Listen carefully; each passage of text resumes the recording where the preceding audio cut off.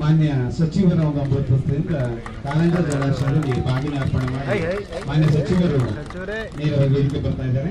ದಯವಿಟ್ಟು ತಾವೆಲ್ಲ ತಮ್ಮ ಸ್ಥಳದಲ್ಲಿ ಕಾರ್ಯ ನಿಂತವರೆಲ್ಲ ಬಂದು ಕೂತ್ಕೋಬೇಕು.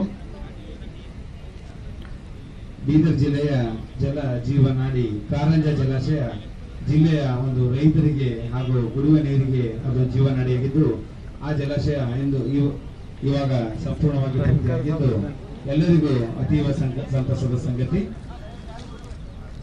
ಈ ಒಂದು ಹಿನ್ನೆಲೆಯಲ್ಲಿ ಜಲಾಶಯ ಸಂಪೂರ್ಣ ಪೂರ್ತಿಗೊಂಡ ಹಿನ್ನೆಲೆಯಲ್ಲಿ ಕರ್ನಾಟಕ ಸರ್ಕಾರದ ಮಾನ್ಯ ಅರಣ್ಯ ಸಚಿವರು, ಬೀದರ್ ಜಿಲ್ಲಾ ಉಸ್ತುವಾರಿ ಸಚಿವರಾದ ಸನ್ಮಾನ್ಯ ಶ್ರೀ ಈಶ್ವರ್ ಜಿ ಪಿ ಖಂಡ್ರೆ ಸರ್ ಅವರು ಬಿಡ್ರಿ ಎಲ್ಲ ಬಿಟ್ಟು ಹಿಂದೂ ಹೋದವರು